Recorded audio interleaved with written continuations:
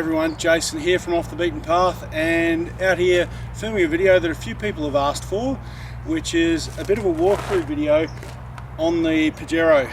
So all the mods that we've done, basically from go to woe, I will try not to miss any out. So we'll start at the front on the outside, work our way to the back, and then we'll go on the inside. First obvious one on the front is the ARB Deluxe bull bar. Got that color coded, been pretty happy with that. It's certainly served its purpose. Large part of that purpose was to mount the Warn winch. So the winch that I have in there is the Warn Xeon, and it's a 10,000 pound winch with the steel cable. Opted for the steel. I know rope's really trendy these days. Basically opted for the steel, lower maintenance and more durable in terms of being dragged over rocks and things. I know that's opinions are going to vary on that, but that was the advice I got at the time, and something that I think has proven true. So been pretty happy with opting for the cable solution there. On the front we've also got the GME antenna, and then the two steady spotlights. So let's come in for a closer look.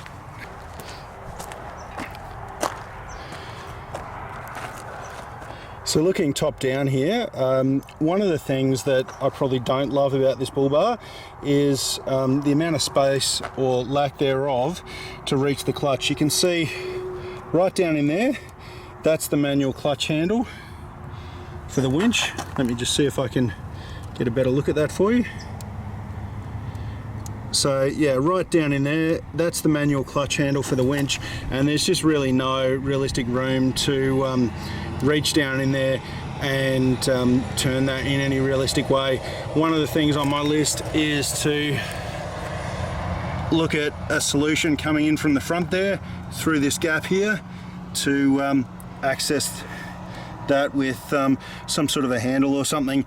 We'll see how that goes. Other than that sort of small issue, I've been really happy with how the winch mounts up to the front bar and how that performs. Next obvious thing on the front here is the steady spotlights. They were recommended to me by my electrician. I was actually looking at the Nighthawk spotlights, but my electrician had these in stock. They had some really good reviews and really happy with them. Probably my least favorite thing with these is these plastic covers. They're actually not that easy to get back on. I've broken two of them so far trying to put them back on. They have these little tabs. Yeah, look, that's not great. I have thought about running them without the covers. The eagle-eyed among you will have noticed I got a sticker made for that one to sort of publicise the channel a little bit. Yeah, so really happy with those. Just back to the bull bar. Probably one thing that I would change about this bull bar if I could is the location of those antenna mounts. To me, they would be a lot better on the outside hoop somewhere here. It's not a huge deal, but that's a reasonably chunky antenna, the short one from GME, so it does sort of obstruct your view, and that's a mount for the sand flag, which is obviously not on all the time, but when it is, again, that's basically directly in line with the driver's view. So, you know, to me that's not ideal. Yeah.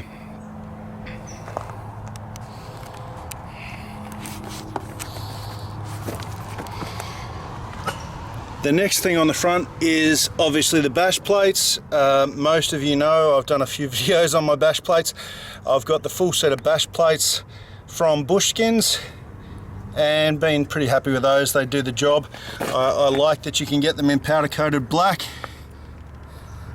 and they cover really well. I've had some issues with mounts, but that's not to do with the actual plates themselves. That's more to do with mechanics and work being done on the vehicle.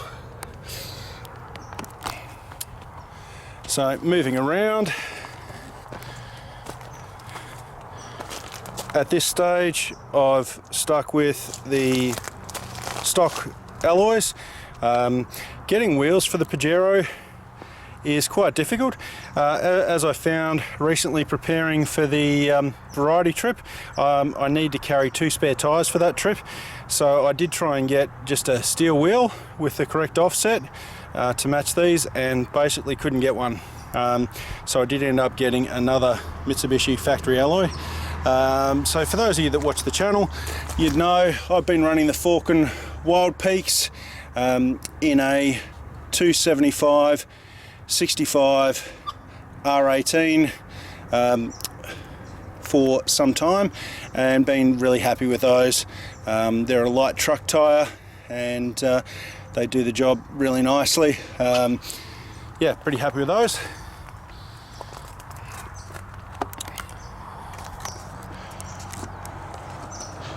Next obvious mod is the Safari snorkel. So I had that fitted by TJM, and one of the things with the Pajeros, at least the GLS models with the HID headlights, you need to have the washers installed on your bull bar to wash the headlights, and that necessitates, when the snorkel is installed, relocation of the washer bottle or a replacement washer bottle being installed. So yeah, we'll come back to the engine bay a bit later on. Next is the Bushkins side steps. These have been a relatively recent addition, and they've seen a good bit of work already. Again, been pretty happy with those compared to the factory ones. Certainly more durable, and they look good too with the black sills.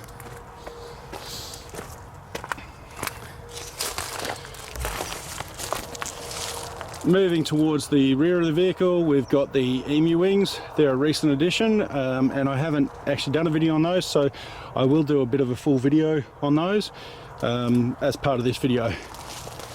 Before I come back to that though, obviously on the back we've got the Raslar rear bar, which I've had on for a couple of years now, and it has well and truly earned its keep.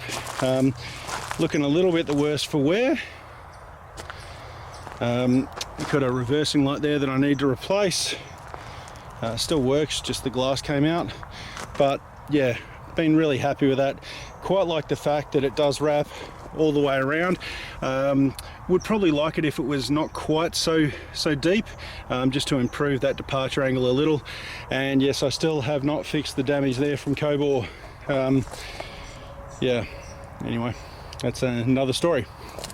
Externally on the roof, I've got the Rhino rack with the Rhino rack platform system and the Rhino rack spine. So I've got the Pioneer Tradesman rack. Honestly, when I bought that rack, the Tradesman racks had only just come out with those fixed rails, and now you can actually get removable rails to fit to the standard Pioneer rack, which I probably would have gone for had it been available at the time.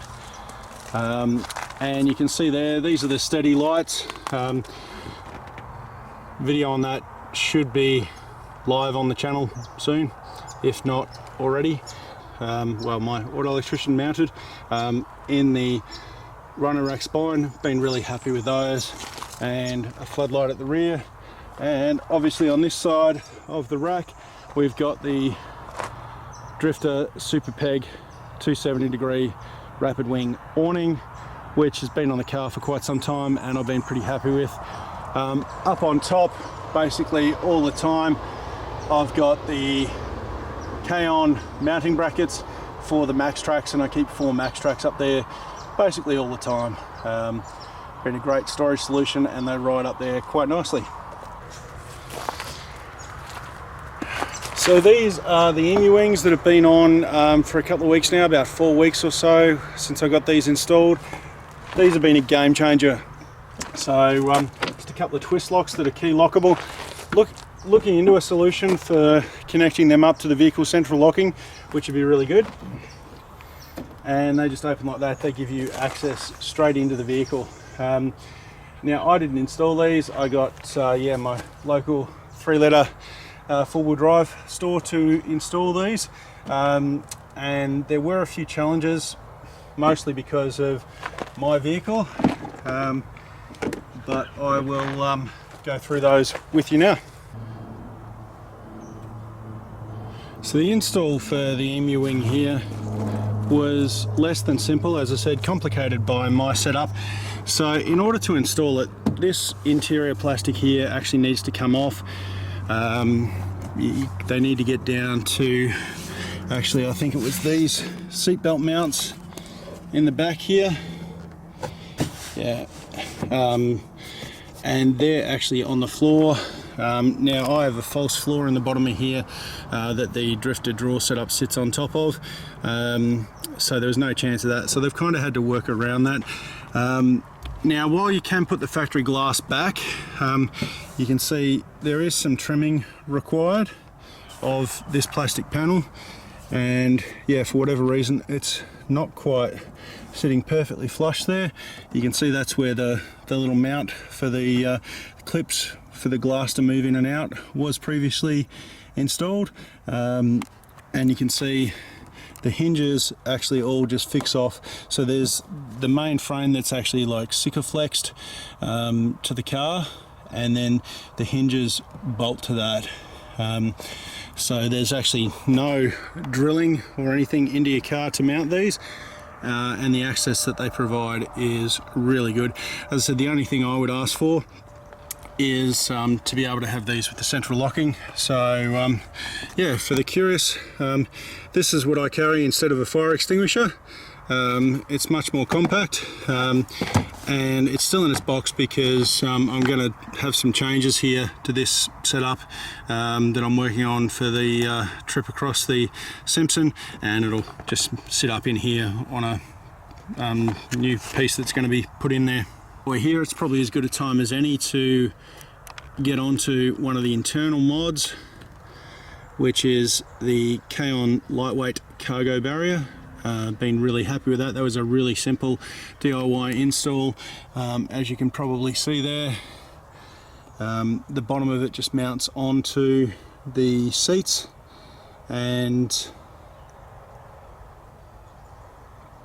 onto the seat uprights, and then the top of it mounts onto those rear handles there. It's a little bit dark in the car. I might try that. In terms of in the engine bay, I haven't really done anything to drastically change performance or anything. One of the obvious mods is the little gas struts here to hold the bonnet up, which have been really helpful. Very pleased with those. That was a very simple install that I did myself. Obviously the snorkel, so the snorkel comes around and enters into the airbox on this side, so the washer bottle had to be relocated here at the front, so that's what we've got there. Over this side we've got the ProVent catch can here, and I got one of the Western Filters double-sided brackets to install that on. I had been thinking about putting a fuel pre-filter on there as well. I ended up actually getting the ARB, smallest ARB air compressor, the one that when you buy it, it comes in a little toolbox with some alligator clips. I used that for probably the first year or so before deciding to get it mounted in the engine bay here, which has been really good. It's a nice, convenient spot to keep it. This has been a great little thing. It's a little billet aluminium plug made by K-On that fits the ARB fittings. Just keeps dirt and dust and what have you actually out of your air compressor, which is really good.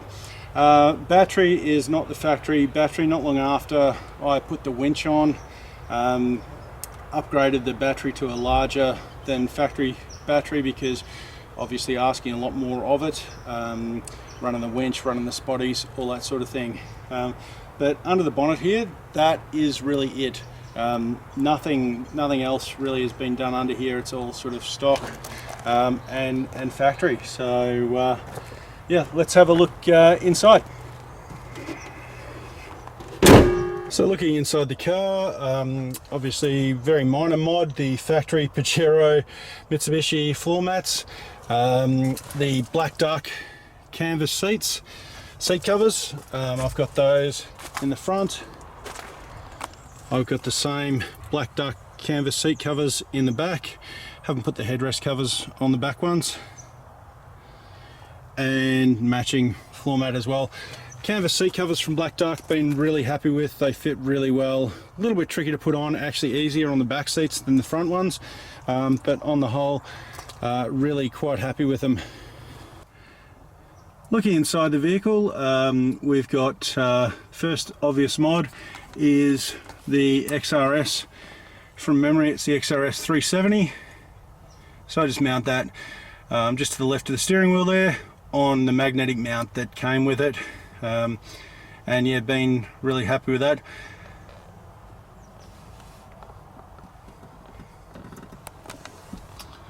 So another small mod that's actually relatively recent is the transmission temperature gauge. Just got that installed there on the dash on the far right hand side. That particular gauge is from Wholesale Automatics, and I've been really happy with that because the temperature of the transmission moves around a heck of a lot more than the engine temp does. Basically, the engine temp gauge, which is in the instrument cluster just there, goes up to about halfway between hot and cold and pretty much sits there unless there's something unusual going on.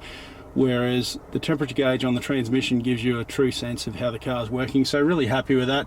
I can't remember exactly how much that was to buy, and I got it installed while some other work was being done. While we're on the subject, also from Wholesale Automatics, I've got the lock-up torque converter. That's the button there on the right for towing and hill climbs, and gives you a little bit more engine braking as well. Haven't used that a whole lot because we haven't been out and about in the dot so much, but yeah, sits neatly there in what was a blank switch spot. The only other, I guess there's two small mods, so that let's start with the easy one. That cable you see there and that mess of cabling, it's not the greatest solution, but that runs up to the dash, and usually on a suction mount on the windscreen, that's where I have my HX1 HEMA Navigator mounted. Really happy with that as a bit of kit, and thinking about what is going to be a longer term better solution for that. The other mod that I have in here is this insert panel from Nautica Engineering. Really top job there from Steve. He makes them himself, and that's given me a couple extra USB ports, rear lights on the control switch for the rear lights on the Raslar bar. The fridge switch is not actually wired up, and I probably will replace that with something else. The driving lights for the steady lights on the front. Winch controller, so I don't actually have to use my wired winch controller if I have somebody with me to run the winch cable out, and then a Red Arc Tow Pro brake controller. So again, Steve makes these with the mounting point for the Red Arc already in them instead of a switch plug if you ask for that. He also makes a replacement panel for the cigarette lighter panel there as well, so that's something I might look at down the track once I've got a better solution for powering the HX1. In the back, obviously, I've got my full drifter setup, which has got the fridge mount on the left hand side that has been locked off, and the full kitchen on the right, and the storage drawer above that. I actually got the car cleaned and detailed just before this video, which is why some of the stuff in the back's a little messed up.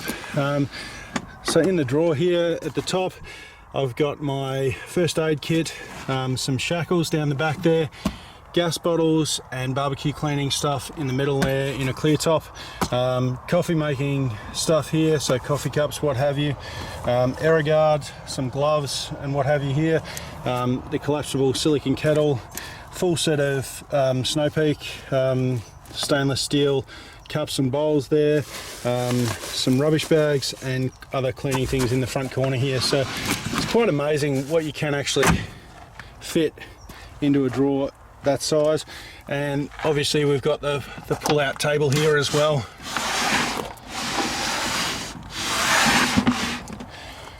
which, you know, can serve as just a quick and easy work surface if you don't need to use the whole kitchen.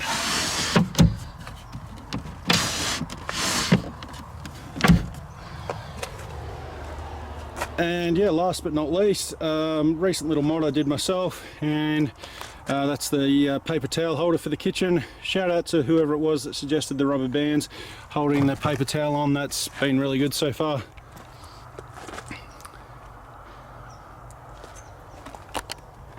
And last but not least, second last actually, I've just realised I forgot something else. Got the drifter rubbish bag on the back. That pretty much lives on the car.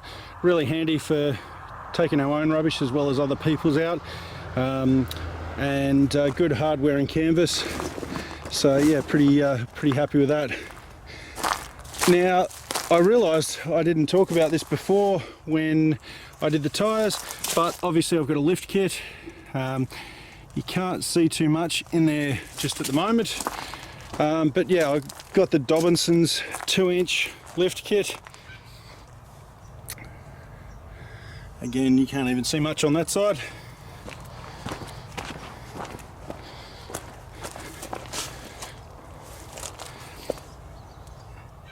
So I've got the Dobinson's 2-inch lift kit, as you can tell from their sort of trademark aqua coloured springs there. I've been pretty happy with that, and regular watchers of the channel will know that the rear springs have relatively recently been upgraded to some more heavy duty springs. Okay, well hopefully that's given you a good rundown on the Pajero. I know a few people have asked me the question, messaged me about what mods do I have on the Pajero. The other question I get a lot is it finished? It's mostly finished. Probably just a few small things. I want to do a little bit more on the back setup to actually make that a little bit more user friendly.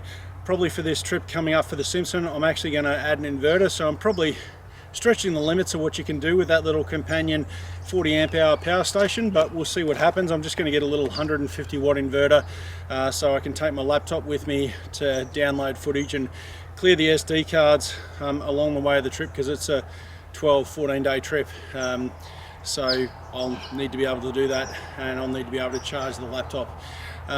So yeah, look, that is pretty much it.